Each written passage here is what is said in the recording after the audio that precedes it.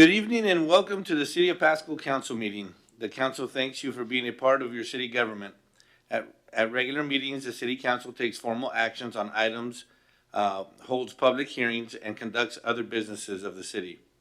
Agenda packets are available on the City of Pasco's website at www.pasco-wa.gov/agenda. Please note that the City Council meetings continue to be held remotely and may be accessed through GoToWebinar.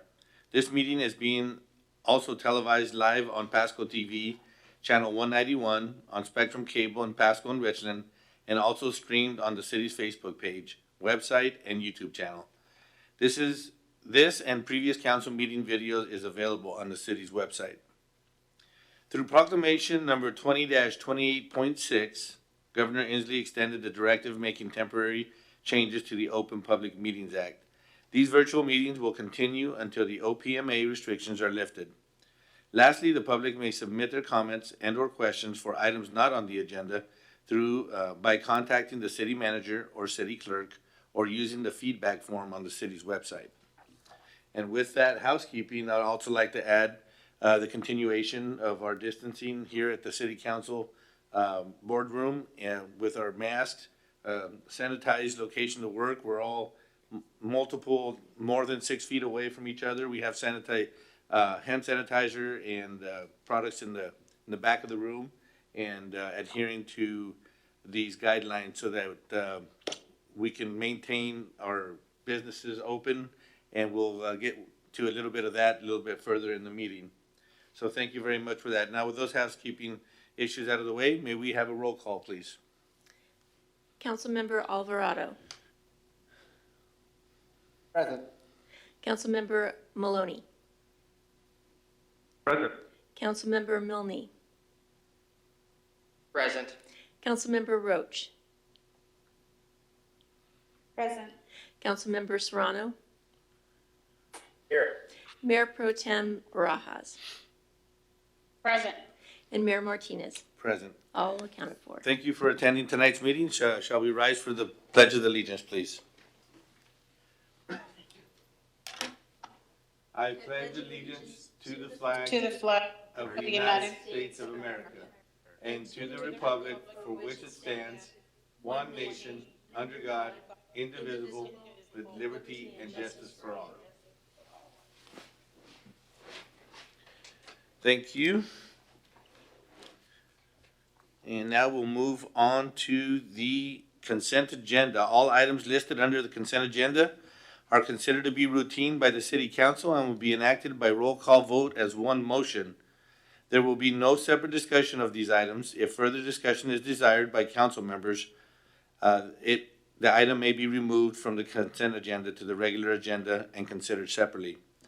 So 4A, approval of meeting minutes. To approve the minutes of the Pasco City Council meeting held on June 15th, 2020, and special meeting and workshop held on June 22nd, 2020. Item B, bills and communications. To approve claims in a total amount of $3,579,380.95. C, the U.S. To approve resolution number 3969, approving the quitclaim deed from the United States Department of Interior Bureau of Reclamation. Item D, amendment to BCES interlocal agreement to approve resolution number 3970, authorizing amendment number 1 to the 2018 second amended and restated interlocal agreement for Benton County Emergency Services for funding an additional communication site, and further authorize the city manager to execute the amendment. Item E, the professional services agreement with RH2 Engineering, Inc. for the West Pasco Water Treatment Plant improvements.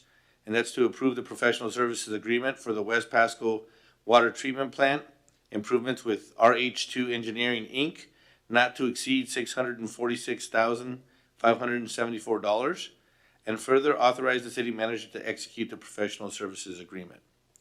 So with that, if there's no comments, I would like to have our Mayor Pro Tem entertain a motion, please. Thank you, Mayor. I move to approve the consent agenda as read. Okay, there's been a motion to approve the consent agenda. This is Serrano, I'll second that. It's been seconded by Mr. Pete Serrano. So with that, we'll have a roll call, please. Okay, Serrano, Yes. Alvarado, Yes. Maloney, Yes. Milne, Yes. Roach, Yes. Barajas, Yes. Martinez. Yes. Great. Great, it passes unanimously. Thank you very much. Item number 5 on the agenda, proclamations and acknowledgements. There's none.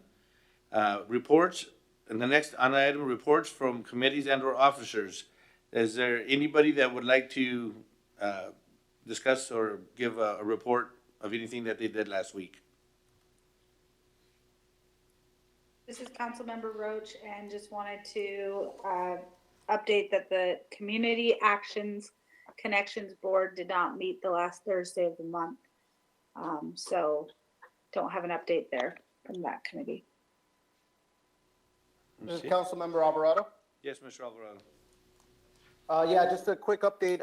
We had I was invited to be on a meeting for the Greater Columbia Accountable Communities of Health, where I previously served as a board member representative for this body. They are doing a mask or a face covering campaign, specifically targeting the Latino population. So they asked me and other community leaders to come in and give our 2 cents. Councilmember Roach was also there just to also give her feedback. And it was I think that they're putting some funds towards continuing to spread the message, less masked up, to move up. Their main theme, I think, is going to be similar to what the DPDA is doing. I think they have a good campaign, the DPDA, and I think that just putting more energy towards that and to get our community to think of themselves as fighters against this disease. Thank you, Mr. Alvarado. Appreciate that. Anybody else? Yeah, this is Councilman Milne. Yes, Mr. Milne. Hey, on Saturday night, I did do a police ride-along with Sergeant Prudina, and wow, I was really shocked on how Pasco really lit it up. So we did drive around. We warned a lot of people. Basically, a lot of goodwill, I thought, on the Pasco PD part, telling very nicely people. I didn't see hardly any tickets written. But I did see a lot of people out, a lot of block parties. It was an interesting night, but there's definitely people in Pasco were celebrating the 4th of July. So. Thank you, Mr. Milne. This is Councilmember Roach. Yes. Just wanted to, sorry about that, Councilmember Maloney. I just remembered that I did take a couple tours last week. I took a tour with Chief Roski, Deputy Cook, and Captain Paramore of the Pasco Police Department. Really enjoyed that, learned a lot, and as well as got a tour from Zach Radkai of the upcoming Pasco Parks and Rec projects we have going on. And so that was really neat to kind of just be all over the city. And then a couple weeks ago, I was doing a tour of public works projects. So didn't get quite to everything, but almost everything. And everything was very insightful. I really appreciated it, and learning quite a bit about what we have going on in the city. Thank you. Thank you, Councilwoman Roach. Mr. Maloney? Thank you. Yeah, I just want to report that Councilmember Milne and I attended the Pasco Public Facility District meeting last Tuesday. Not a lot exciting at that particular meeting, but there's a lot of good conversations that will be coming up, kind of really spelling out what the PFD is looking at in terms of some consultant feedback and such. So upcoming meetings will really determine more as to where the future of that project goes. Thank you, Mr. Maloney. Mr. Serrano, I couldn't help but notice your patriotic shirt. I don't know did you have any words? Sure. I guess to report on committees, I actually missed my HAFIT committee, so I apologize on that one. It happened on Monday and I was out of town. But no, I figured I'd wear the shirt just in reference of continued. You know, my wife likes to have a birthday week, and sometimes it extends through a birthday month. So I figured that the nation should at least have a couple of days of celebration. And so, you know, I had a great Independence Day with my family, and we were actually driving home from California and through Oregon, saw some really cool fireworks shows in Southern Order. Oh, sorry, my kids are destroying the house. In Southern Oregon as we cross over the border. So, you know, it's great to be in this nation. It's great to be a part of the city team, and I appreciate all your efforts, and I hope you all had a safe and enjoyable 4th of July and Independence Day, and hopefully you were with family and friends too. So thank you. Thank you, Mr. Serrano. I didn't mean to put you on the spot. I just wanted to acknowledge your patriotic shirt. But thank you for that. Not a problem. I would like to report. Anybody else would like to report anything for last week?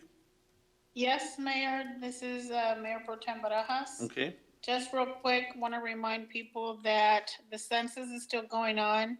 I did a little promo video with the Tri-Cities Hispanic Chamber of Commerce. And so, again, just a reminder to the community, if you haven't done so, you can still do it. Call online or by mail, whatever is easiest and quickest for you. 10 questions, takes about 10 minutes more or less, sometimes quicker. But yes, just a quick reminder. Thank you. Thank you for that, Councilwoman Barajas, and I appreciate that. Every vote counts. We'd like to really encourage the community to make sure that they complete their census. So thank you for that. I had an actual very busy week last week. As many already know, it started with a PUD-sponsored mask-up event at the farmers market in the Pasco, where Councilwoman Roach and I attended, and Mr. Zabel was there as well, and various others. But just encouraging the community to mask up so we can open up, and expressing the importance of our health, our safety, and our willingness to and desire to have our communities, have our small businesses open up again. And then on, I forgot if it was Monday or Tuesday of last week, when Mr. Inslee, Governor Inslee was in town, we had a meeting with him, which was unbelievable, because I had never been so nervous, actually, because I didn't know what the outcome was going to be, and I was actually very disappointed at the end of the meeting because I didn't know what was going to happen. But I want to just share to everybody that the three mayors, the commissioners, health hospital administrators were there, and everybody was stepping up to the plate to share and the concerns and the desire and the willingness to do whatever it took to get our businesses to open up. And again, I was disappointed after the meeting because I didn't get a good vibe. He didn't give us very much hope for opening up. But the following day, the good news came out where we could enter a modified phase 1.5 and open up our businesses. And I got to tell you, that was very relieving for me. But it happened because the Tri-Cities stepped up to the plate, and we as the Tri-Cities offered to do some surveys on our own dime to see where we're at with mask usage, and there was a unbelievable overnight turn of how many people finally got the message and was cooperating with this, so that even if they didn't like it, even if it was something that they weren't fond of, they did it for others, and they did it for our businesses, and they did it for other community members, and I was so proud of that. There was a big weight off my shoulders, and I think for all of us, right? So, yeah, I just wanted to share that that it was a good day. The city administrators went right to work, getting things set up so that the applicants could sign their pledges and fill out their applications to open up. And I'm already seeing a lot of happy people out there getting their haircuts and their nails done, and enjoying some of these services that have been closed for so long. So thank you for that. And it was a very busy week last week. But also the Independence Day was quite spectacular, actually. So I think we'll get a report of how of some statistics of how that went. I'm glad to hear that it was done. A lot of things that were done was done without incident. Although we did have some cases that we'll probably touch on a little bit later, but I was very happy to see that a lot of people were were just having that desire to kind of let loose and express their rights for being in this country, and it was quite the show from where I saw it. So I want to just say thank you for everybody for being as safe as possible. I know in our neighborhood and in our district, there was a lot of people having fun, and to my knowledge, there wasn't anybody that was hurt in my area where I was at. So also, we'll go over a little bit of what the city did and some statistics on how the recreational events went a little bit later. So that's my report. Thank you for that. So next.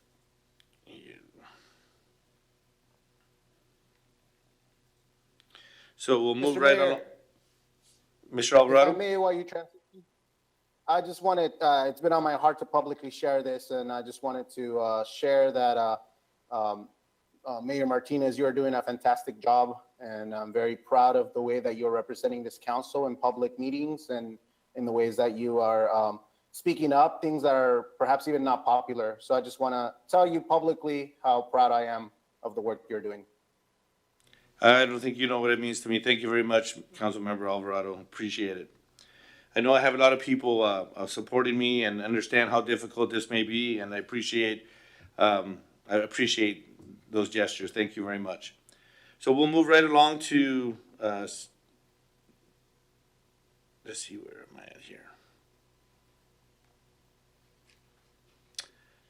Item number 7, hearings and council actions on ordinances and resolutions relating thereto. None.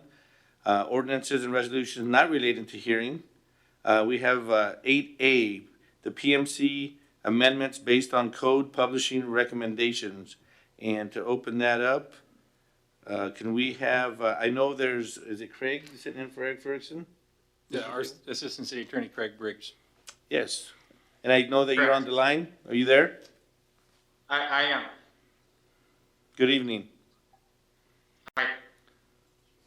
So with regard to the PMC amendments, I think this is just essentially to bring us kind of up to date and consistent with code publishing and the recommendations that they had made, and after our review and concurrence therewith, that's essentially why these are on as an approval item tonight. I know that there was, I think it's with regard to 9.100.100, with regard to, I guess, our definition of what a beast of burden is.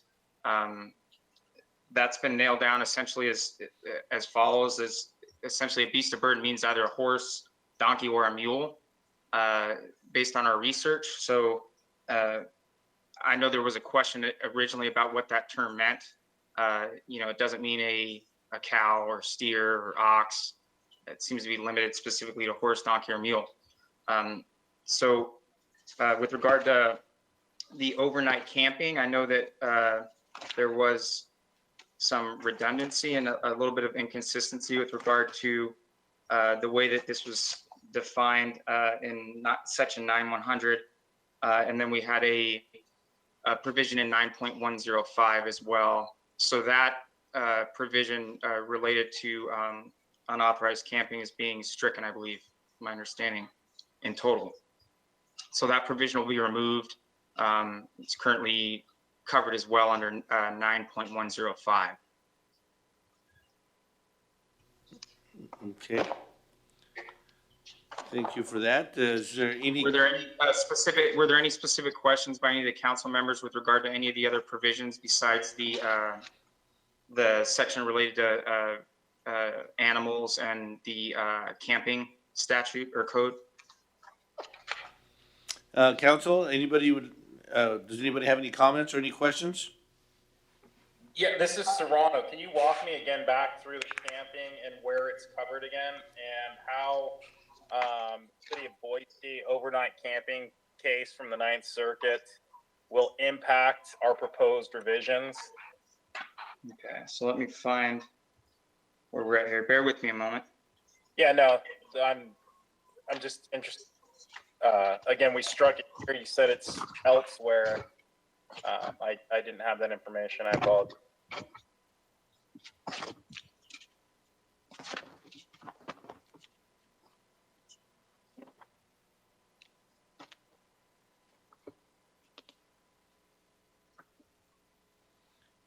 believe overnight camping is 9.100.240, right? Correct. And so that was, so there is under 9105, and I'm not certain of the exact subsection, but under that code provision, we have coverage essentially for what is stated in 9100-240. As far as reconciling that with the Ninth Circuit Court opinion that you were referring to, I'm unfamiliar with that opinion, so I'd have to look at that to provide you a firm answer on how that might affect the amendment. But with regard to this amendment, specifically what's occurring is we're removing an inconsistency and a redundancy essentially at the same time. The 9100-240 provision dealt with overnight camping. The 9105 section deals with unauthorized camping, which would actually capture that same conduct, camping overnight. In fact, I think they define it that way in that section, 9105. There was also a discrepancy with how we were treating the infraction. So in 9100-240, we were treating it as a civil infraction in the second degree. And in 9105, it's actually treated in a more severe manner. It's treated as a infraction, a class 1 infraction, and it's a what I would call as a building infraction. So that if an individual is cited under that provision, and then within a period of time, I believe it's 2 years, they're cited again, then that class 1 infraction actually rises to the level of a misdemeanor offense. Okay, yeah, that's helpful. I think just want to make sure that again, whatever we're doing isn't impacted by that Ninth Circuit case. I know Mr. Ferguson's mentioned it, and he and I have had both online and offline discussions on overnight camping. In particular, it's related to homelessness typically, which isn't a direct reference to this code. I just want to make sure that by striking this, we're not somehow subjecting the city to unnecessary attention or something of that nature. I think we're okay with what we're doing here. I think we are too, because I think, and I haven't read that case. My discussion with Eric, my understanding of that is essentially once we provide that space, we can't cordon it off and prevent an individual from using that as a place to sleep, essentially. So if we provide that space, we couldn't say, no sleeping on a park bench, for instance. If individual, I think essentially what that case holds is that if it's opened up in a sense to the public, then we can't then close it off to that class of individuals, the homeless, who might utilize it as a space. There has to be some space for them to sleep, essentially, is what that case holds.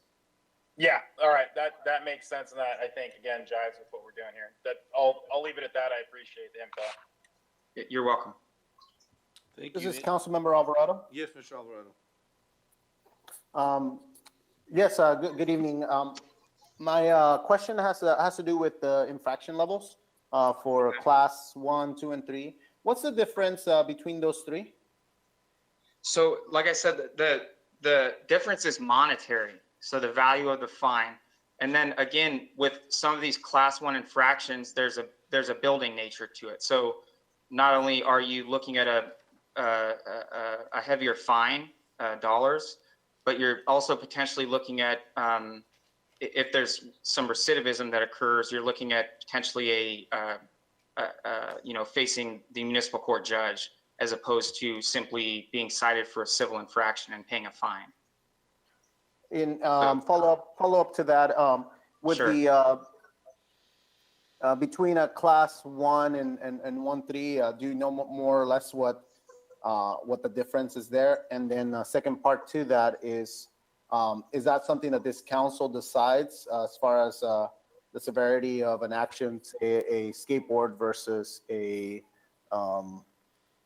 we have a couple of here that are, seem to be kind of, I don't know how we arrived at those, and you might not know either, but if it's something. So as far as the class, I'm not familiar with class, as far as the dollar amounts with class 3 and 2. I know that in doing my research on the overnight camping issue with class 1s, I believe it's $1,000 fine that can be assessed. So it's similar in that way to a misdemeanor offense at the state level, right? You could face 90 days in jail and a $1,000 fine. So in that one, with regard to a class 1, it's $1,000 fine, I believe. So as far as the dollar figure on a class 2 is going to be incrementally lower than that, and as well with the class 3, but the dollar amount I'm not aware of. I'd have to look into that. Okay. But it's going to be less than $1,000 for those infractions. And my last question, I guess, perhaps may go more to our city manager. And are these ones that are, the level of penalty, or these council created, or are these more coming down from state, or perhaps both? I'm going to defer to Craig on that. I from a layperson standpoint, I would think council would have some discretion, but Craig, do you have an opinion on that? Right. Yeah. I think this, again, it boils down to the police powers, which reside with the city municipal body. So in establishing an infraction fee schedule, essentially, that would have been something I'm sure if we look back through the agenda minutes in prior council meetings, we're going to see that was something that was ultimately adopted by the city council. Now, obviously, that would be within the confines of state law, right? There's probably, I'm sure, a statute somewhere that would set an upper limit for civil infractions. So as long as we're within those bounds, the city would be exercising its police powers similar to what the legislature would do when they're defining, civil infractions at the state level. Thank you. Yeah, I asked those questions mainly because I'd hate for us to have laws on our books that have somebody targeting certain folks in an equal way, or things of that nature. I don't know that that's the case, but I think that may be something that we look into in the future or as they come up. But certainly want to keep my ear to the ground to that. So I appreciate those answers. Absolutely. Thank you, Mr. Alvarado.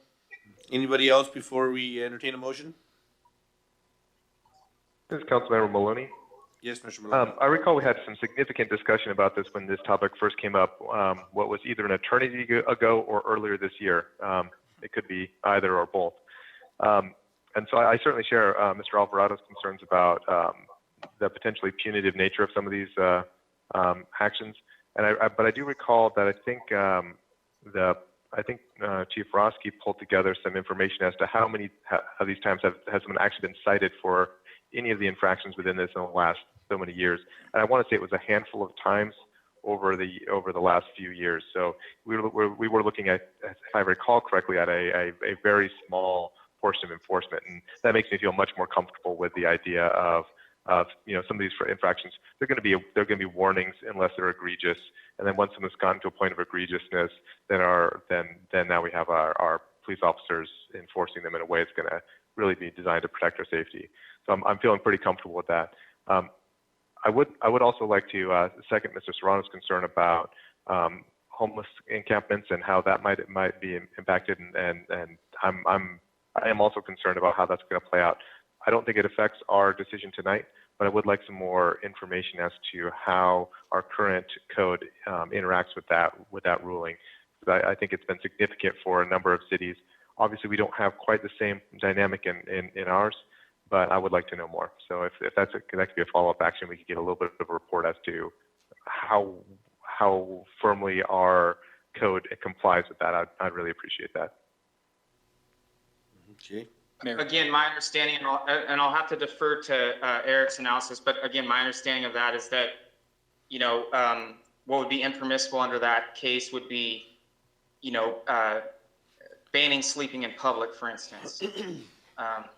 but we could say no sleeping in the parks, in the city parks, but we couldn't say no sleeping throughout the city outright, right? So, and I'm thinking of when I was in Hawaii, there was a law there that essentially criminalized laying down on a park bench. So, you know, a statute like that would be problematic, I think, where we had essentially, you know, created a class of individuals that are subject to these infractions when all they're trying to do is sleep. So I think as far as saying, you know, no overnight camping, we're fine there.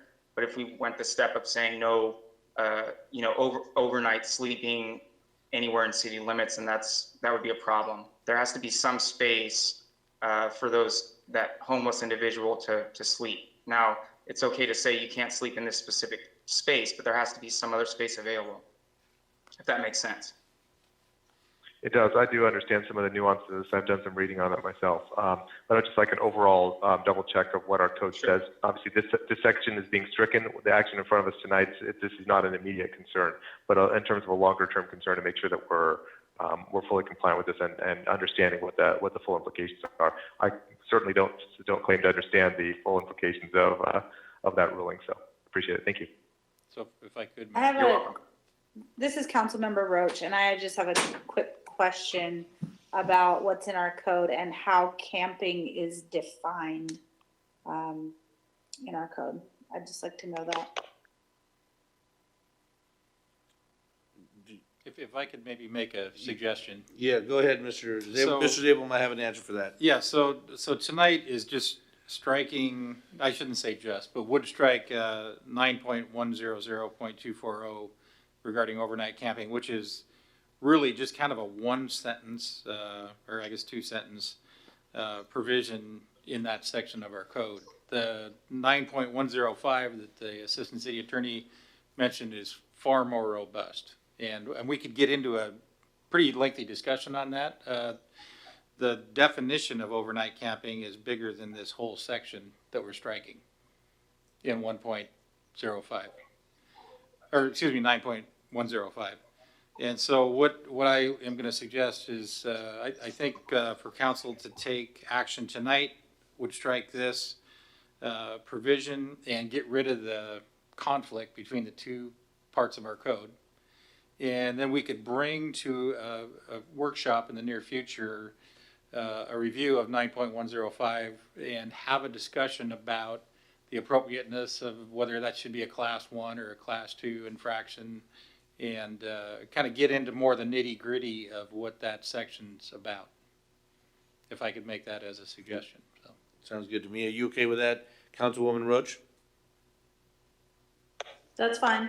Okay. As well as I apologize, as well as the Ninth Circuit discussion as well, I think it would be, I think, instructive and helpful for the council to have a discussion in light of 9.105 in the Ninth Circuit, the recent Ninth Circuit case. Perfect.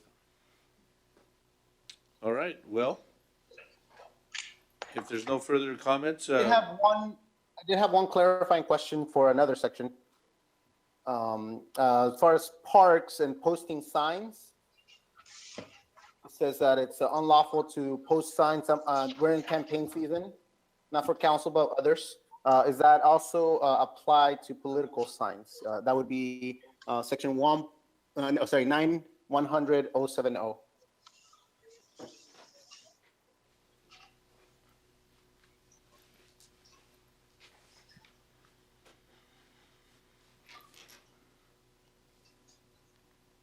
Just a quick question of curiosity.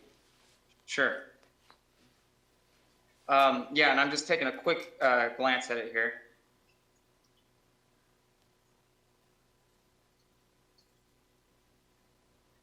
I mean, my answer to that is I don't see anything in the code that specifically mentions anything of a political nature, so I don't know that would apply.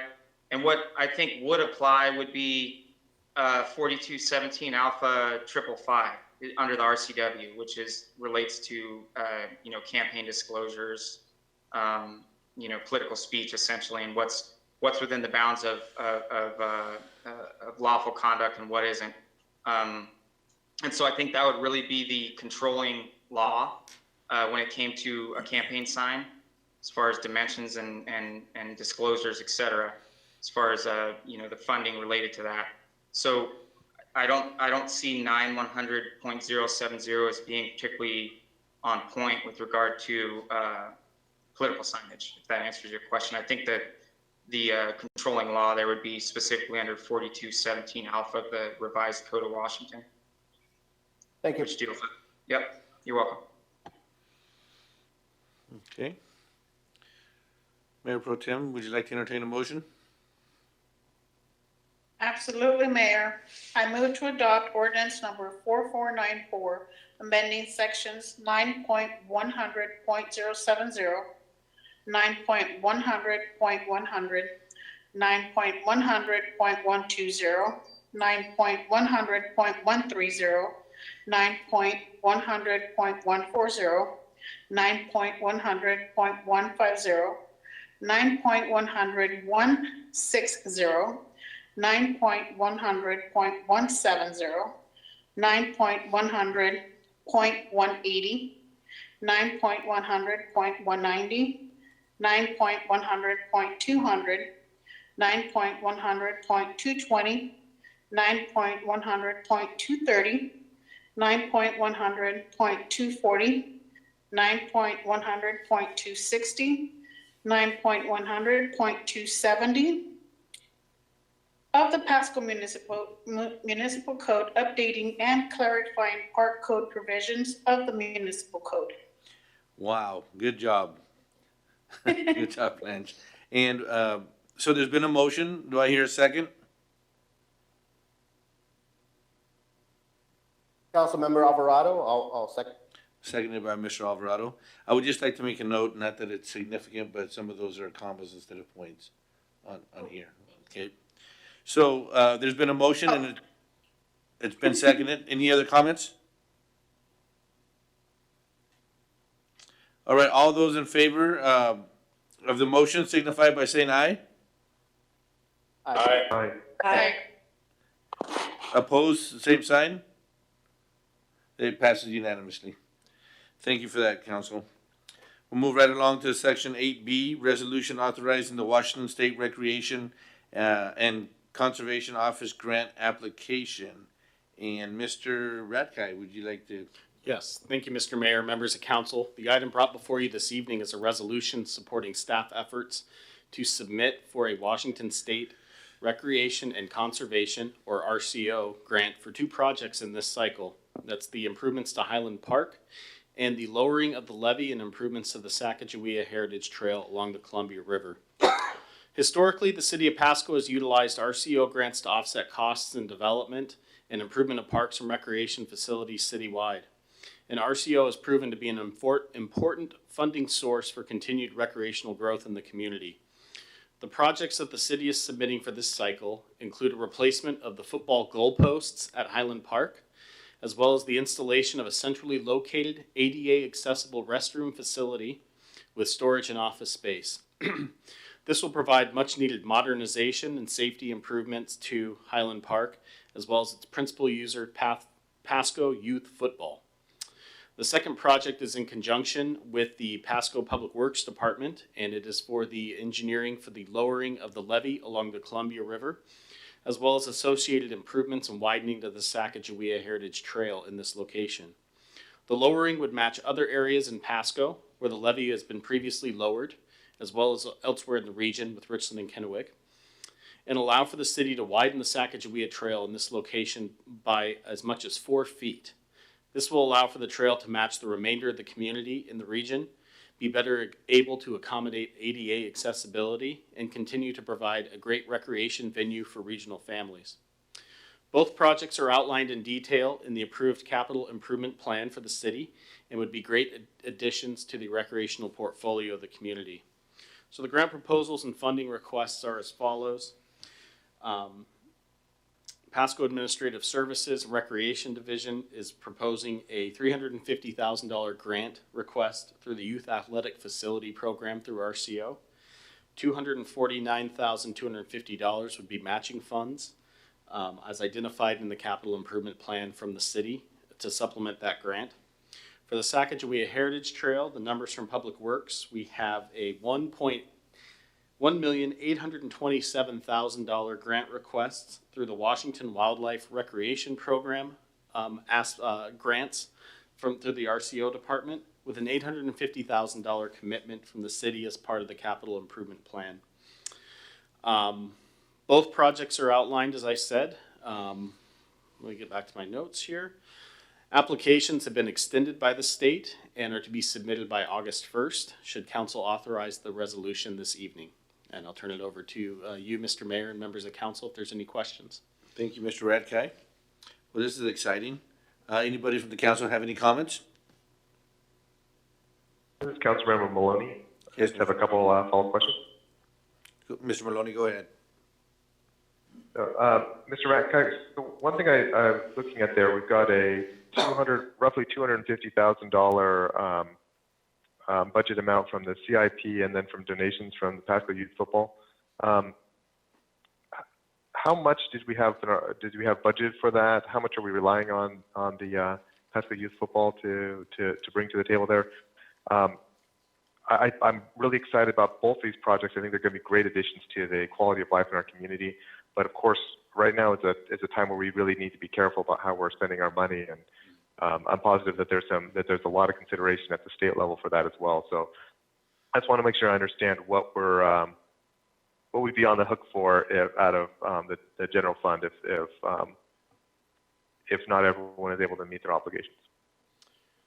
Yes, thank you, Councilmember Maloney. And I do not have the contribution from Pasco Youth Football in front of me, so I don't want to misquote a number. I am happy to get that and provide that to City Council at a later date. I guess let me ask a different question then that perhaps you can help me with. We have in front of us obviously a decision as opposed to a discussion, right? And so I'm supportive of the project, but I want to understand what our risk is of additional money out of our general fund. Do we have any idea of your sense of whether they can meet this obligation? How comfortable are we that we're going to be able to foot this?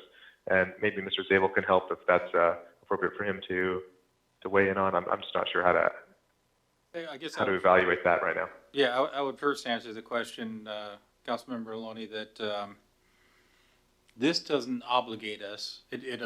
This action on the council tonight would authorize staff to submit a grant application. If we're awarded, and it's a competitive grant, if we're awarded, we'd still have the opportunity to come back and make a determination at that point. I think it's probably a bit early to say no. We don't know enough to say we would accept the grant.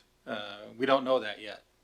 We have some preliminary numbers in for April that we'll talk about next week, that April wasn't as bad as we were expecting it to be. It's not great, and it's not where it would normally be, but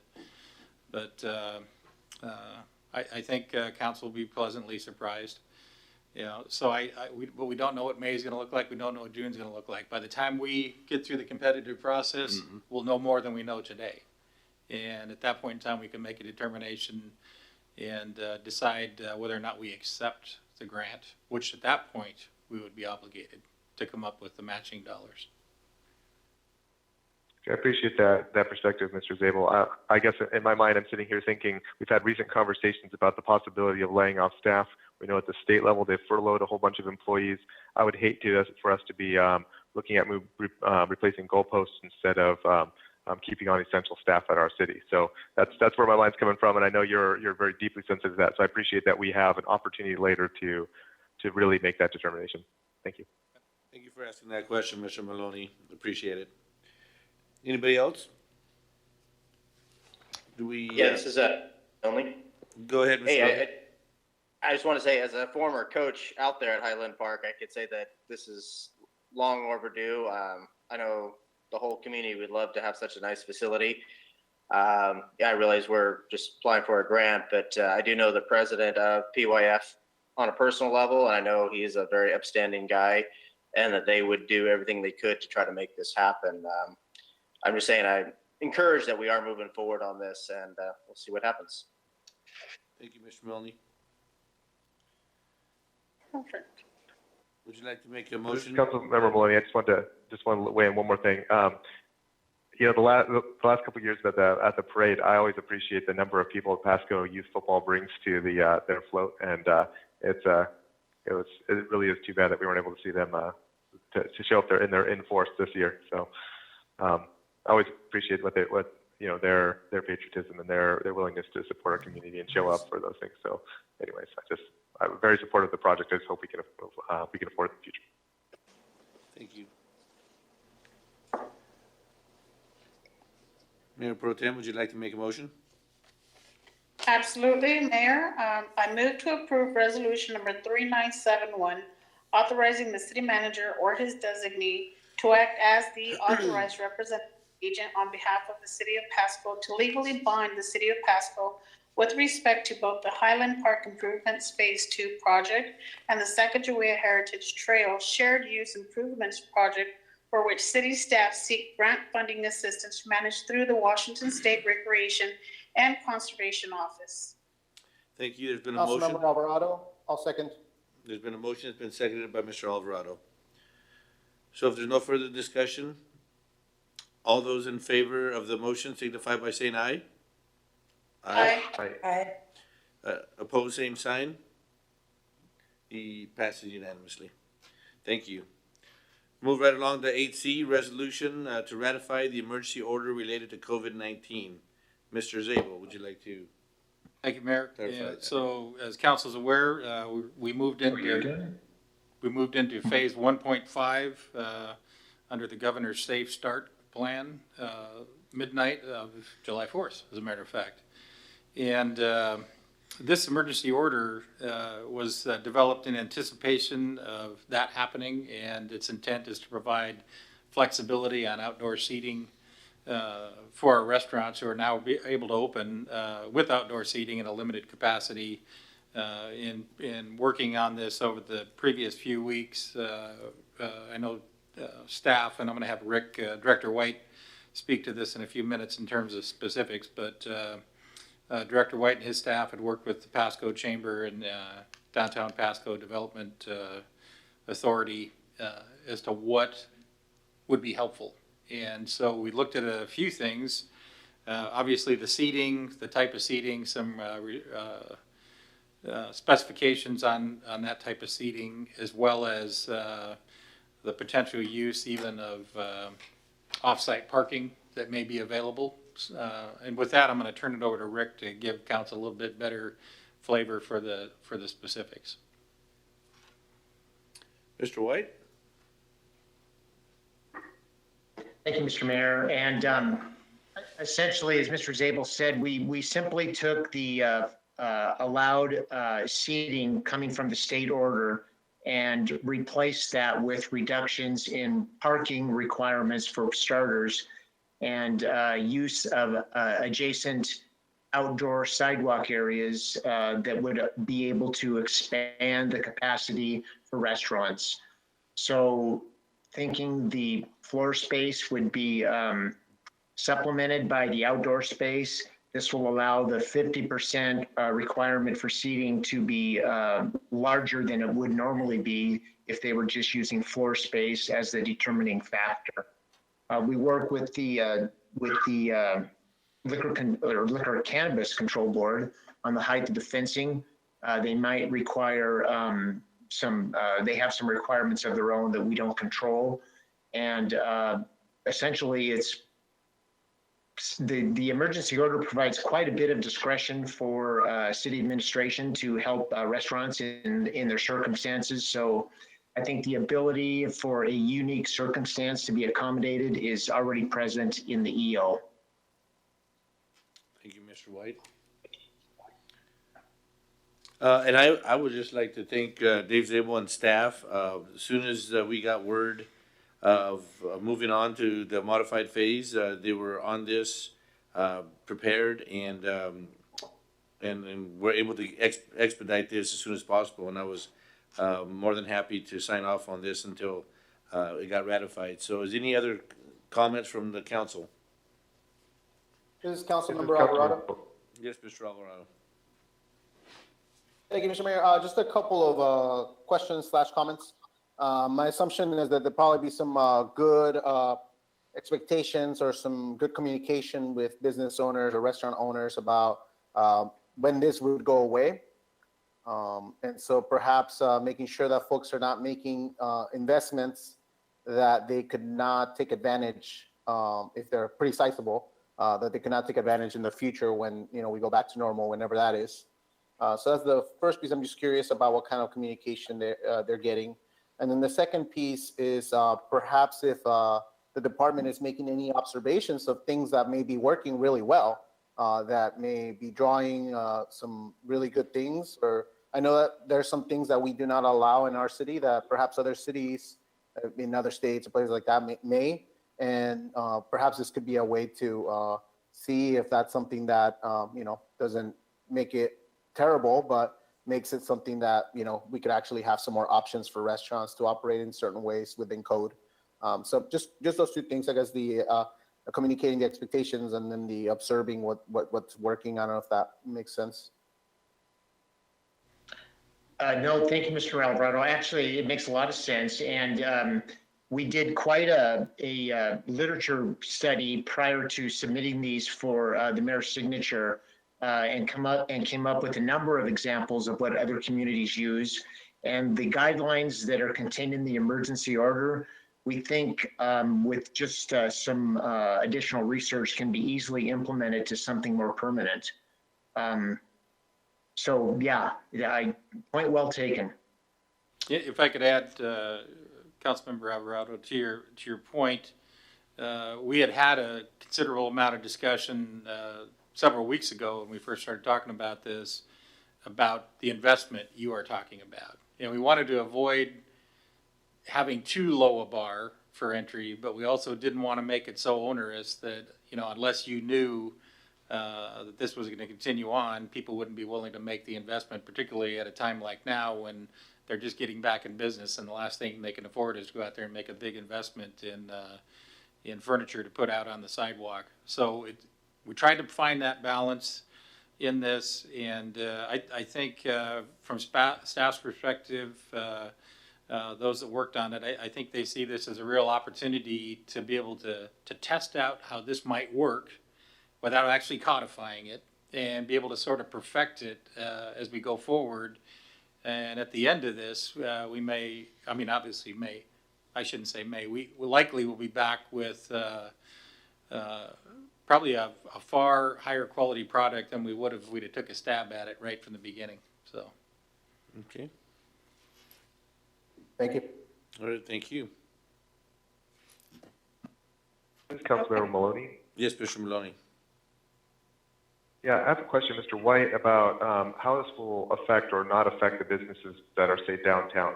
I know, for example, we've been talking about that idea of those, being able to maybe permanently block off certain parking spots and be able to turn those into outdoor seating on a more permanent basis. But those are all public street parking. So I think of places like the Havana Cafe or Hocho's Tacos, where the sidewalk in front of them is not large, and I can imagine that we're going to struggle to have some of these businesses be able to take advantage of it. How does this affect some of our downtown restaurants and those without, so those places that don't have off-street parking?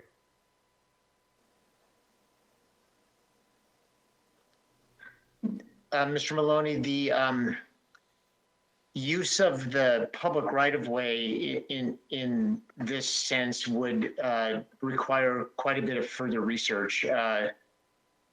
However, currently, the downtown area, the C2 zoning district, the common wall portion of the Pasco downtown can already provide sidewalk seating for outdoor dining. The ADA requirements, I think, are amenable to that. They only require, if I'm not mistaken, 5 feet of clear space for passage. I'm not sure this emergency order goes any further than what our current code already allows for the C2 zoning district locations. So I'm looking at this, Mr. White. We're talking about 6 feet of clearance, and frankly, I'm just saying that when we look at the sidewalks downtown, that does not leave a lot of room for actual outdoor seating. So I'd be very interested to understand how we can help some of those businesses as well. Again, the Havana Cafe, their length along the sidewalk, even with some outdoor seating, we're talking about 4 people, maybe. We're not talking about a lot of space along there. I know that Mr. Zabel and I have discussed putting seating out in actual public parking spots in certain areas and by certain exceptions. I'd encourage during this time where we have so many businesses and so many challenges that we use this as an opportunity to really get creative. This is not the first time that a city's done this. Kennewick has done it in their downtown recently. So I would really encourage us to after we ratify this order, I think this is, obviously I have no issue with this particular as it's written, but in the future I'd like to see how we can expand our options and flexibility so we can really help some businesses survive this. Thank you, Mr. Maloney. Yeah, thank you. This is Councilmember Roach, and I was just curious about the applicability to businesses across the city. So considering downtown, but then also considering some of our other commercial sectors, and wondering how, I'm particularly thinking about some of the restaurants that are along the Road 68 area that don't have really outside sidewalk seating planned for, but they have access to huge parking lot space. And so wondering if this will work as a one size fits all, and how do we do that?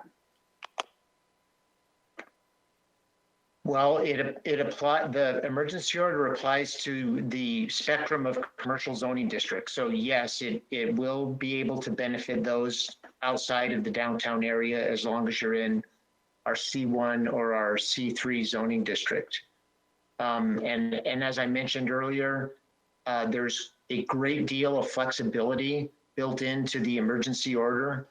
So I think any kind of reasonable accommodation can be made for a variety of circumstances. I'm thinking in particular of some strip malls that I think would have the ability to be able to use this emergency order. I think a bigger issue, frankly, is the relationship of the tenant with the owner or the leasing agent for the space. But I believe, Council Member Roach, that we do have the flexibility to be able to address some kind of unforeseen circumstance in this temporary emergency order. Are you thinking about in terms of cleanup after business hours are over, because that space outside may not belong to the business owner, but to the person who is leasing the building space? Well, yeah, in particular, for example, they may require, there might be some kind of an arrangement that I simply can't even predict what it might be, but there may be some requirement that the leasing agent would put on the restaurant space for either hours or cleanup or signage or who knows what kind of variables might be present in whatever contract they have with their particular landlord. Well, thank you for answering that. I appreciate that. If there's no other comments, Mayor Pro Tem, would you like to make a motion? Absolutely, Mayor. I move to approve resolution number 3972, ratifying emergency order number 2020-007 relating to temporary changes to outdoor seating in C1, C2, and C3 zones. Okay, there's been a motion. Is there a second? I'll second it, Serrano. Seconded by Mr. Serrano. So if there's no further discussion, all those in favor of the motion signify by saying aye. Aye. Aye. Opposed, same sign. Motion passes unanimously. Thank you, council, for that. Moving right along to item number 9, unfinished business. First one is the Coronavirus Relief Fund. Mr. White, do you want to open that up? Thank you, Mr. Mayor. And again, this is an item I'm pretty sure the council is fairly familiar with. The city has received approximately $2.25 million from the Department of Commerce, Washington State Department of Commerce, pass-through funds for coronavirus relief. As council is fully aware, the city will incur substantial costs related to the COVID-19 pandemic, and also will, I think, experience significant loss of revenue. The staff estimates that a little less than 1/2 of the relief fund, approximately $1 million, could be available for business assistance using the model that has been developed for community development block grant business assistance. So staff would request that council authorize the use of up to $1 million of the $2.25 million of Washington State pass-through funds for business relief. The agenda report shows a number of bullets that the funds can be used for, and that near the end of the agenda report, under the discussion portion, you'll see that staff requests that guidelines, including a minimum request of $10,000 and a maximum request of $30,000 for assistance, be used as a guideline, including, of course, the normal business location in Pasco, and a guideline that would establish the business to be operational for at least 1 year. This would apply to businesses of up to 20 or less employees.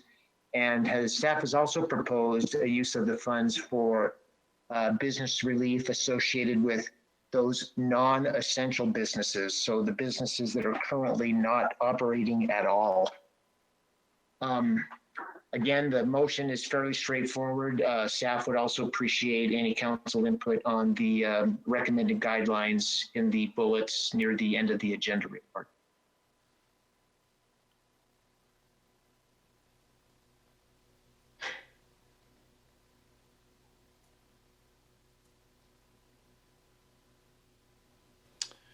Anybody have any comments? This is Councilmember Roach, and just wanted to say that this feels like a really good thing to be able to do. Yes, I know they're desperately awaiting some assistance out there. So, any other comments by council members? If not, Just a quick question, Director White. Have you made public, or can you make public, some of the requirements for those individuals that can apply for this?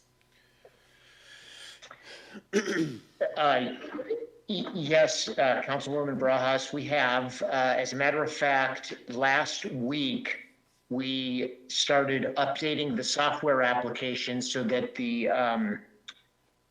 the eligibility requirements had to be answered positively before the application could be considered. So that is in place now. The initial version of the software did not have those requirements, and you had to proceed through the application for, not the entire application, but a good portion before you found out that you weren't eligible. So we have not publicized the requirements outside of the software application itself. I think Mr. Zabel sent an email to council earlier today, or maybe it was this weekend. I believe we're past 200 applications right now for the relief funds, which of course far exceeds the roughly $350,000 for the community development block grant monies. And we think that by the time we get through the remaining applications, we will be up against the ceiling for the business relief associated with the coronavirus relief funds on this agenda issue. Thank you. I appreciate that. I think we all got the email from Mr. Zabel. I was just hoping you could actually say at least one of their top 3 requirements for those individuals that are listening on the meeting tonight.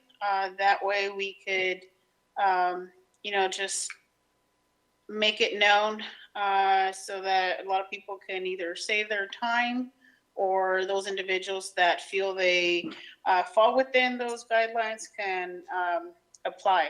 I know we have a lot of applications already, but again, to encourage individuals that believe they may be eligible to apply. No, thank you for that, Councilwoman Barajas. And actually, the revised software application does have 3, let's say, fatal requirements. First is a requirement that the business be in Pasco, and that the business owner be a citizen and or equivalent, and the business must be licensed in Pasco, and that there have not been duplicate benefits applied for. So those 3 applications on the revised software have to be answered affirmatively for the application to proceed. Perfect. Thank you, Director White. Again, for everyone listening, please refer to Director White or the City of Pasco for assistance for those funds. Thank you, Mayor. This is Councilmember Alvarado. Go ahead, Mr. Alvarado. I just going off of Councilmember Barajas' last statement. So as folks call in, so how do people get routed to get the right information, especially if they're perhaps monolingual Spanish? Are people calling the city and then they're routed appropriately? Just curious how on the ground this is looking like as far as communication. No, they go straight to the, it's called Neighborly Software. They go straight to the Neighborly Software website. They can choose their language, and the requirements are posted there. We're actually not receiving many calls at all. The Downtown Pasco Development Authority is the city's subrecipient for processing these applications. And there's 2 people, given the volume, that I think are doing a pretty good job right now of getting through that. I think the software is actually pretty well done. It's pretty self-explanatory, but if, and again, keeping with this revised software theme, if there's any question at all, they are directed towards, get my notes out rapidly here. They are directed towards the business application processing team at Pasco, Washington. So that's us. Thank you for the clarification. I appreciate that. Thank you. If This there's is Councilmember Maloney. Yes, Mr. Maloney. Mr. White, a couple of questions. It sounds like we have moved to align this strongly with the CDBG funds that we had previously received, so that the additional money we were looking at authorizing would be directly in line with that same process and same criteria. Is that accurate statement? For the most part, they're CDBG funds, so all the federal requirements still apply. The current CDBG program, the $350,000, is limited to businesses with 5 employees or less, including the owner. So this would expand that a bit, but essentially the federal requirements, since these are simply federal funds coming to us from Washington State, are still in place. And we have, I'm sorry. No, please. We did check with the Department of Commerce directly on that question, and they answered yes, all CDBG requirements will be necessary to administer the funding. Okay, I appreciate that. I was interested to see whether we had additional flexibility above and beyond what we were able to offer. Obviously we know that there may end up being, depending on how this plays out, some amount of businesses that are very much in need that unfortunately won't be able to receive our support from this. So I just want to be sure that we can get all the money out there to businesses that are, that are truly in need. I appreciate the suggestion of non-essential businesses as classified by the state. Being the initial target for this, and I hope that if we have money left over at the end, which it doesn't sound like we necessarily will, but we'll see, that we'll be able to maybe reauthorize some of those funds for distribution to other businesses. There are businesses that were considered essential that, for example, restaurants were considered essential and still took just a massive blow. And so I'm very concerned about some of those business owners as well that are essential and have taken such a financial hit that they will likely close. No, that's understood. Yeah, well, I can only hope that we have a second round of relief, and hopefully whatever lessons we learn from the first two rounds here, we'll be able to put to good use at a later date. Mr. White, one final question, and this relates a little bit to earlier conversations about how are we reaching out to everyone. Is there a mechanism for us to reach out to businesses that meet some of those criteria? For example, the at least 1 year in business, a business license and location in Pasco. We have records of this within our business licensing process, I imagine. Can we access that to outreach directly to business owners who may not have an opportunity to listen to this meeting, may have missed the news in the Herald, et cetera? Is there some way of us proactively reaching out to them just to notify them that these funds are available? Well, yes, I certainly think there is. We could do a search for whatever parameters we need, whatever parameters we define, and develop a list and get the word out. I'd be hesitant to do that right now until we know where we are with this approximately 200 applications. I don't want to put a word out that there might be money available when in fact there isn't, but I would certainly want to prepare for a second round. I don't think we're going to have any shortage of applications, I guess, and if we do get additional monies, then I think a list like that would be extremely handy to be able to get the word out. And that's primarily, again, that is one of the top 3 criteria for proceeding with the application, the duplication of benefits question. That's federal requirement.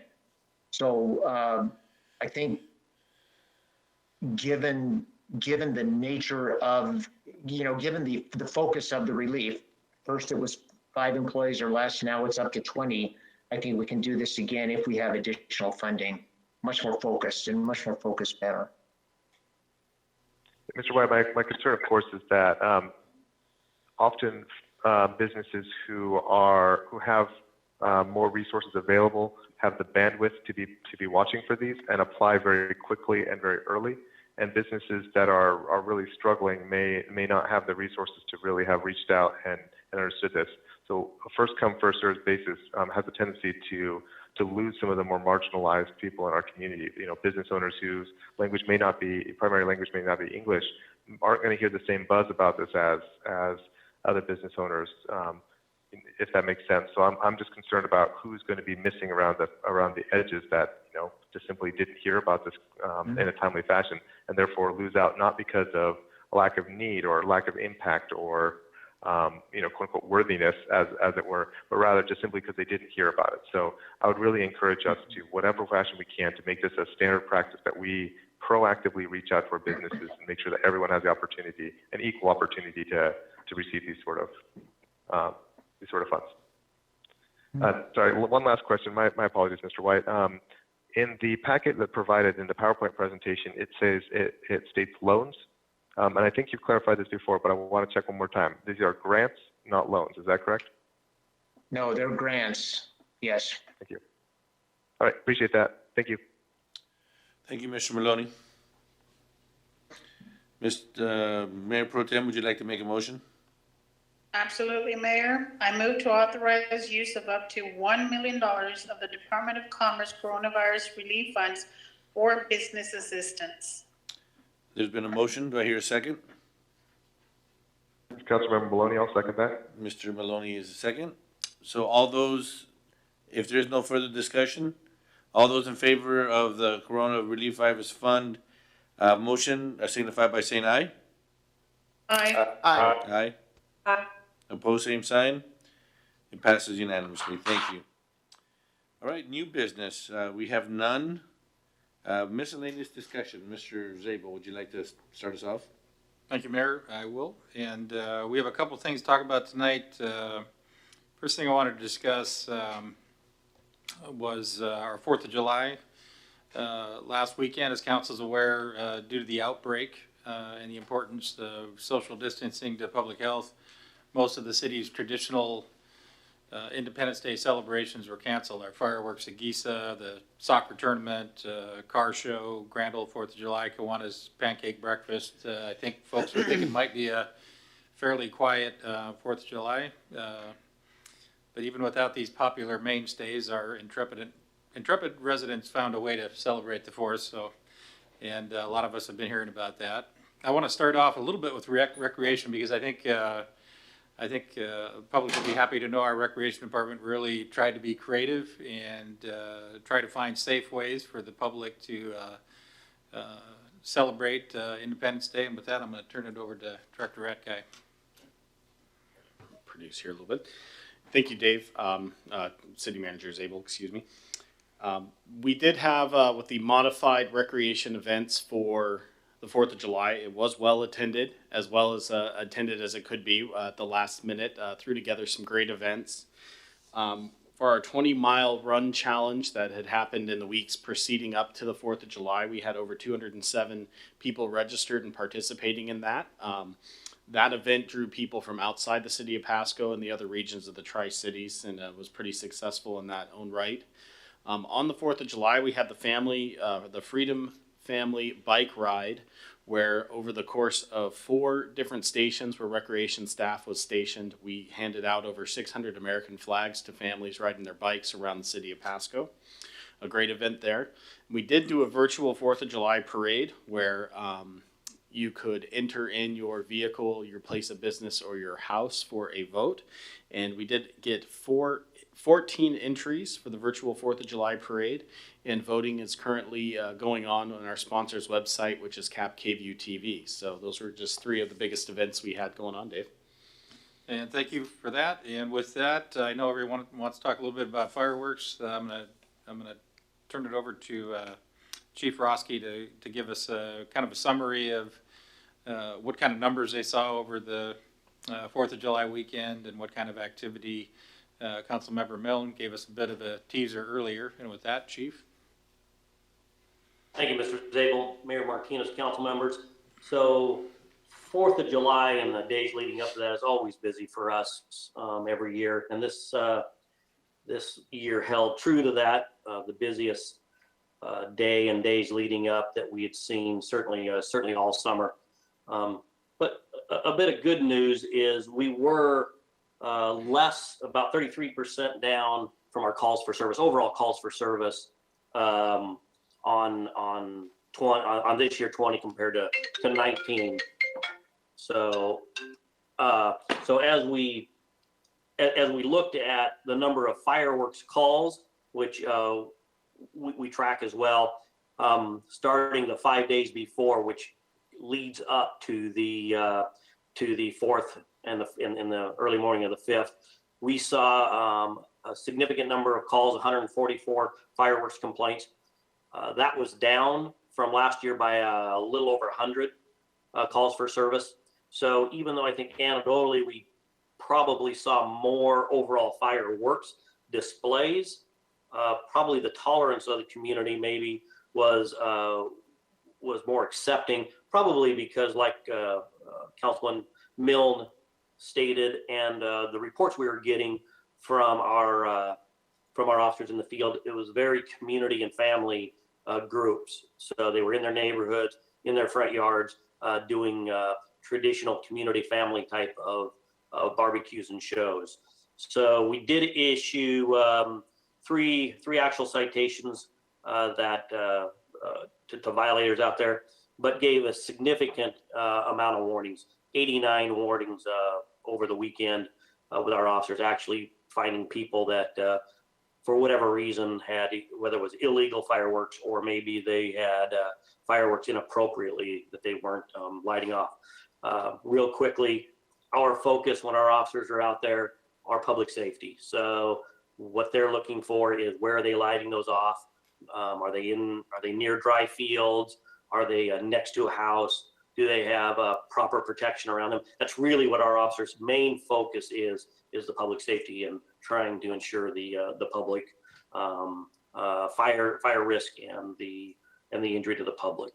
So that's it from a police standpoint. I think the fire department's going to give you some fire numbers. Deputy Chief Dunbar will do that.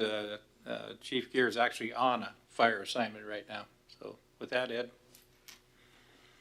Thanks, Mr. Zabel, appreciate it. Yeah, Mayor, Council, everybody, yeah, we had a busy 4th of July. We did staff a little heavier than we normally do for some of the events. So we had some overtime in, and looking at just quick numbers there, you can see for the 8-9 day period, our average calls, and there's kind of two columns there you can look at, the total incidents by day and then by shift. We actually were a little bit busier in 2020, which is the top number, 19.8 calls per day, which is pretty busy for us. We're usually down around 17. So we've actually picked up that versus about 17 last year. Last year was, we were down quite a bit. People were a little bit more subdued, I guess, because they hadn't been pent up for the last 3 months. This year, total calls for the actual 4th of July from 8 in the morning till the 5th of July at 8 in the morning, we had 40 total calls. Good news in that is only 9 of those were actual fires. We did have 2 house fires actually we had 4 house fires during that 8-day period, which seems like a lot, but it is what it is. 2 of them were fireworks related, we're assuming. We haven't verified that. One of them was related to children with improper use of fire, and one was related to drug paraphernalia issues. So people are still out doing silly things, let's say. All of the brush fires that we had were tied to fireworks in one way or the other. As Chief Roski said, people just lighting off fireworks close to open dry fields. With our lack of rain, even though it rained last Sunday morning, it didn't help us out too much throughout the week with the winds and the high temperatures that dried things out. What did help us was the humidity actually kicked up on the night of the 4th, so that helped quite a bit. We did go help our neighbors on the 4th and the 5th, and Richland did have the house fire where the individual was burned fairly significantly by lighting fireworks inside his house. So we assisted with that, and then later after midnight, we assisted Kennewick on their 2 fires, the shed fire and then a commercial building fire as well. Our fires for the evening were all relatively minor. However, it was very busy. There was lots of fireworks going off, but as Chief Roski said, I think the tolerance for some of the complaints and that kind of stuff was down. We did have several calls that once we arrived in the area of where a fire was reported to be, we didn't find an actual fire. So there may have been one there earlier, but we couldn't find it. That made up about 17 of the calls that we went on. So we did have a couple of accidents, car crashes during the evening, but all relatively minor. So all in all, yes, it was a very busy night. It matched the call volume from 2 years ago when we first allowed fireworks, but our fires were way down compared to 2 years ago, which is a good thing. So that's where we're at for the fire department and our response. Thank you. And I think we did see a lot of aerial fireworks, but we also saw, again, we're seeing a growing trend on the safe and sane fireworks. Our fireworks stands operating within the city only sell the state approved, which are fireworks that don't explode and don't go up. And I know we had plenty of fireworks that were going up, but we also had record sales on the approved fireworks within the city as well. Mayor made a observation earlier. I think folks missed our fireworks show, both at the river and at Gisa Stadium. And they filled that void, apparently. And unless there's questions, I did have one other item I want to talk about. So. No questions. Go ahead, Mr. Zabel. Okay, so I want to chat a minute about phase 1.5. As council is aware, we moved to 1.5 this last Friday.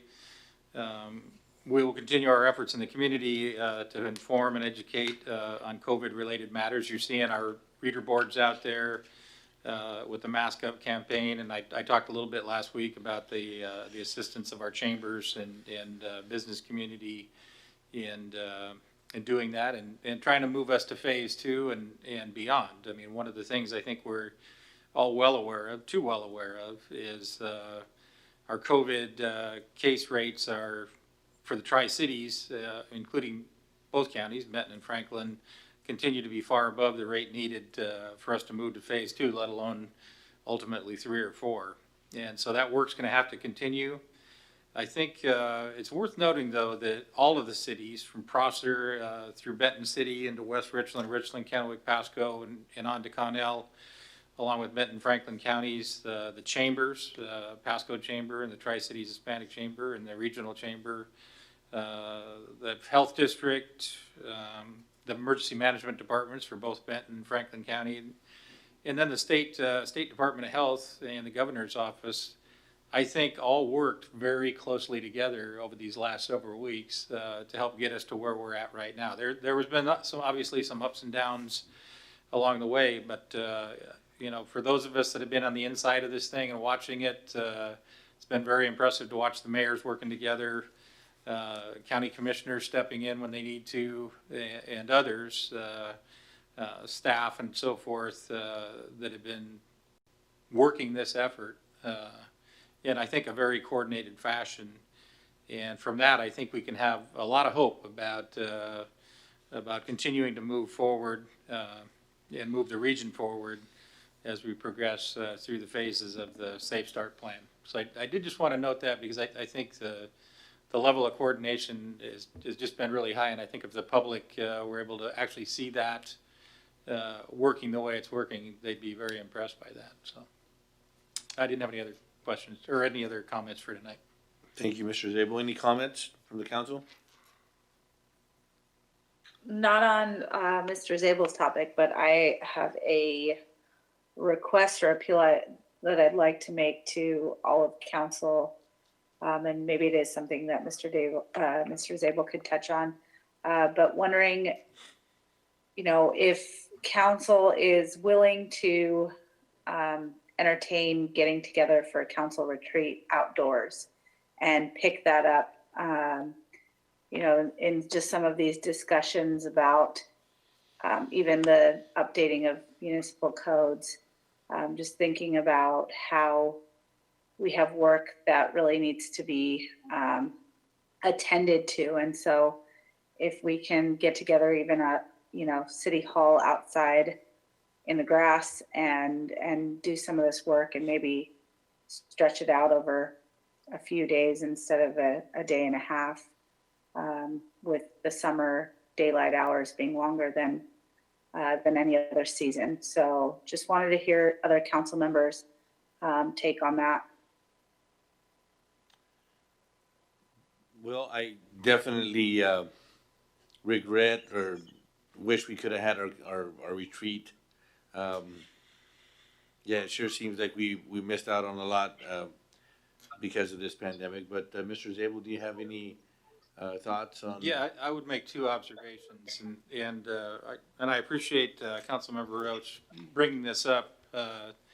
Gives me a little bit of opportunity to talk about something that's been on my mind. And first of all, you know, once we started back in mid-May with this Stay Home, Stay Healthy Council, recall that we've had a very limited ability to have items on the agenda. They had to be essential or routine. And routine meant at the time paying bills. Essential basically meant dealing with COVID. And then we've been able to talk about capital projects because they were exempt and deemed essential. So we were able to work through some of those issues as well.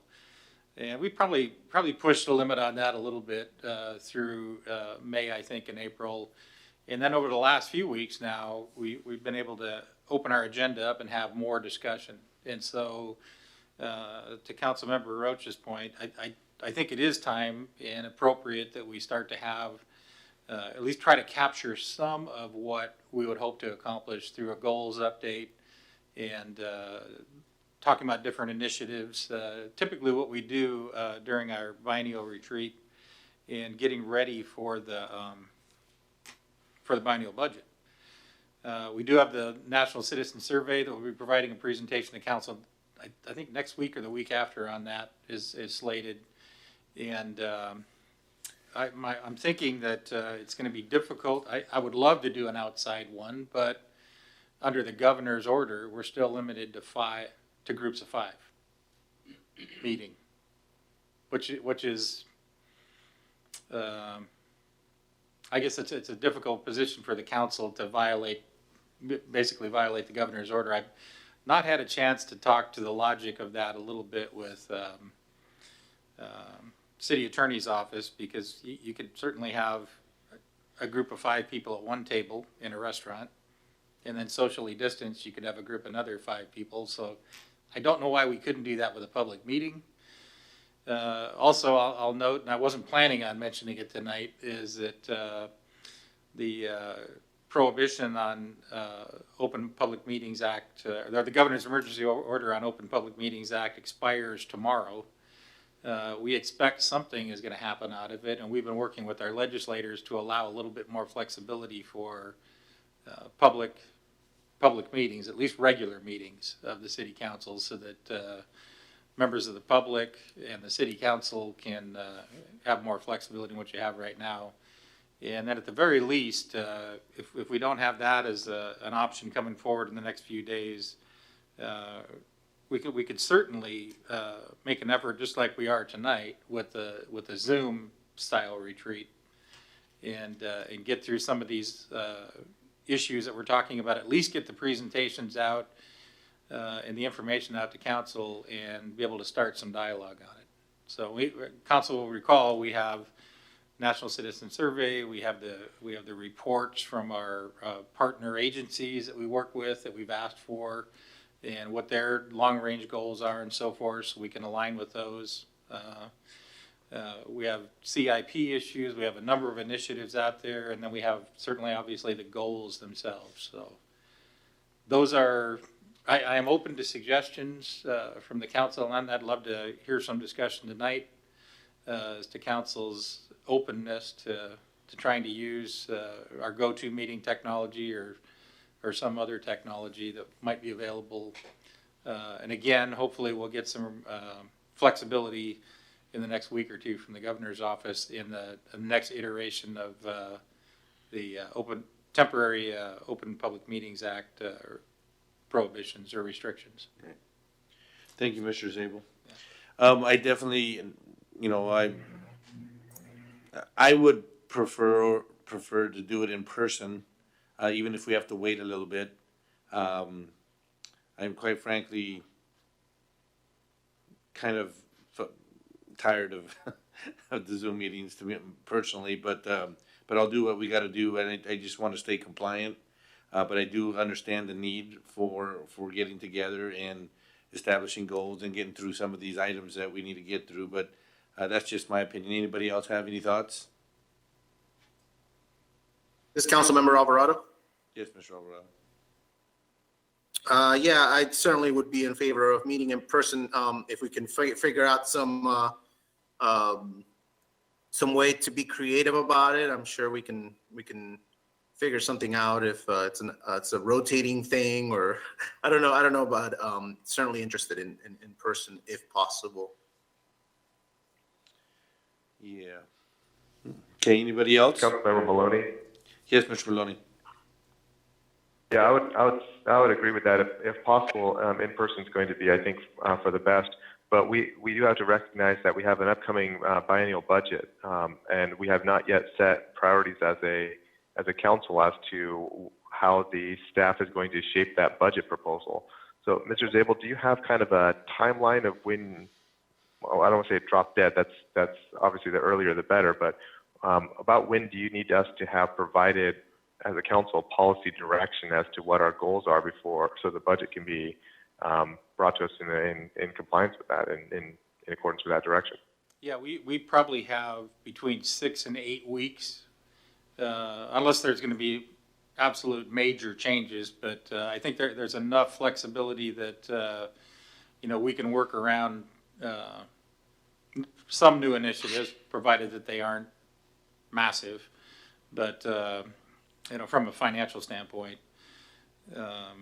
probably 6 to 8 weeks, and then we have to have it pretty well locked down at that point to get it to you. So let me suggest that we'll put that on the workshop for next week, and staff and I will noodle over the next few days to come up with some thoughts on how we might be able to get information out and give council a little bit of time to absorb it, and then some meaningful way for council to dialogue and come to agreement on it and provide some direction to staff.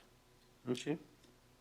That sounds fair. Yeah, this is Serrano. I appreciate that approach, and I echo the sentiments here. I do not want another Zoom meeting. I don't think we'll accomplish what we need to. But I also think this is an opportunity, if we believe that we need to meet in person, that we petition the governor as a united body and request for some type of special permissions for certain meetings, if not all council meetings. And I'd like to throw that out there for discussion for next week. I think this is something that seems like our council's united, that we believe we work better when we're physically present together. So I don't know why we couldn't petition for at least at a minimum certain exceptions, such as preparing for a budget, maybe not setting general goals, but certain mandatory activities for the city where the city will not operate without council approval. So I'd like to bring that potentially forward, or at least have staff consider some type of resolution or letter that could be sent to the governor to accompany this train of thought. Thank you. Thank you, Mr. Serrano. This is Councilmember Roach. Councilmember Serrano, I'd be happy to join in on that if you are willing to lead that. One of the other things that I thought about is just even contacting the representative for Governor Inslee here, Salvador Salazar, and asking him, which I'm happy to do. And my opinion would be I would much, much, much rather us do our council retreat in person than a Zoom meeting. So those are my 2 cents. Thank you, Councilwoman Roach. Okay. Yeah, this is Councilman Milne. I'd also like to echo those same thoughts. I so much like being in person, and it's very frustrating, all these Zoom meetings, that after a while it gets old. So hopefully we can work something out. Thank you, Mr. Milne. Okay, well, if there's nothing else, the next on the agenda item, there is no need for executive session tonight. So with that, you have a great week. And thank you, City of Pasco, for joining us tonight, for those of you who are with us. And this meeting is now adjourned. Thank you. Have a great night.